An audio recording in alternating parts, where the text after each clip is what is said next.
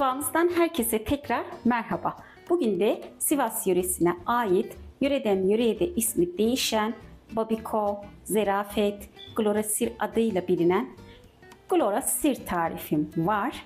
İzleyenlere iyi seyirler dileyerek hemen yapımına başlıyorum. Hemen Glorasir'imizin hamuru için şöyle 4 su bardağı ılık suyumuzu leğene alıyorum. Hemen üzerine silme 3 tatlı kaşığı tuzumuzu da ilave ediyorum.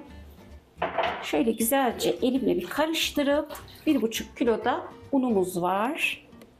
Bu undan una değişebiliyor su oranı ve katı olma oranı. Ona göre şöyle azar azar ilave ederek hamurumuzu oluşturacağım. Hemen üzerine silme 1 çay kaşığı kabartma tozumuzu ilave ediyorum. Şöyle unumuza karıştırıp hamurumuzu oluşturmaya başlayacağım. Glorasir'imizin güzelce hamurunu yoğurdum. 10 dakika yerde arkadaşlar. Şöyle güzelce tepsimizi de yağladım. Tepsimize alıyorum. Tepsimize tam olarak yaydım. Yağ süreceğim güzelce. Şöyle elimle sürüyorum. Üzeri kızarsın diye arkadaşlar. Bu kadar yeterli.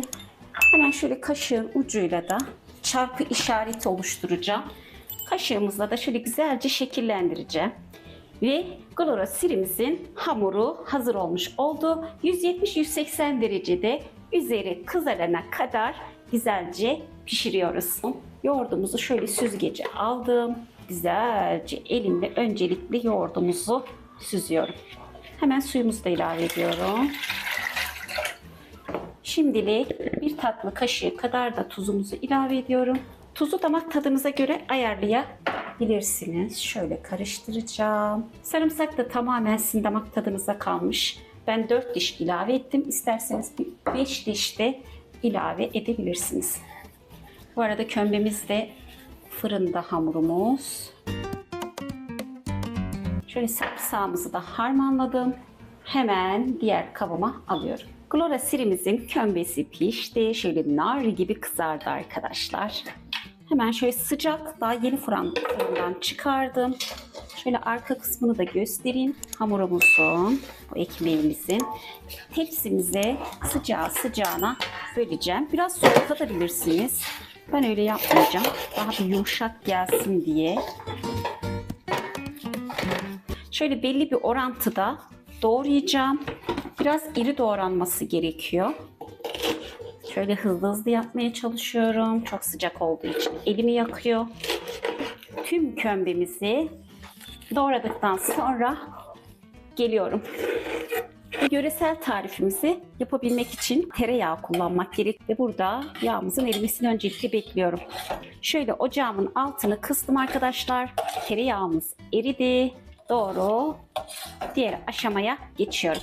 Tereyağımızı da eritmiştim arkadaşlar ocakta. Hemen şu kalan ayranımızı da güzelce üzerimize gezdiriyorum kömbenin. Şu samırsakları da alacağım üzerine. Eritmiş olduğumuz tereyağımızı gezdireceğim. Şöyle tereyağımız görmüş olduğunuz gibi rengi değişti.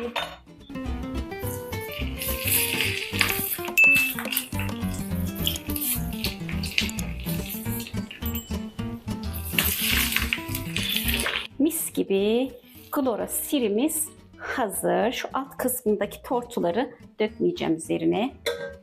Mis gibi o kadar güzel ki arkadaşlar, mutlaka yapmanızı tavsiye ediyorum ve hemen servise gidiyorum. Şöyle görsel olarak kaşıkları etrafına aldım. Böyle kaşık kaşık yiyebileceğiniz, yöreden yöre ismi değişen Glorasir'i servise aldım.